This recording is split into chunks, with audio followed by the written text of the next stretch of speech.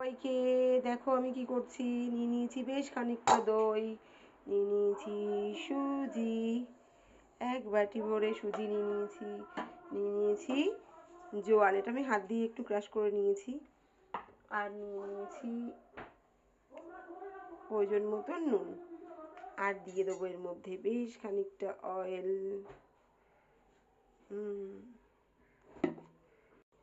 এবার এর মধ্যে দিয়ে দেবো ময়দা।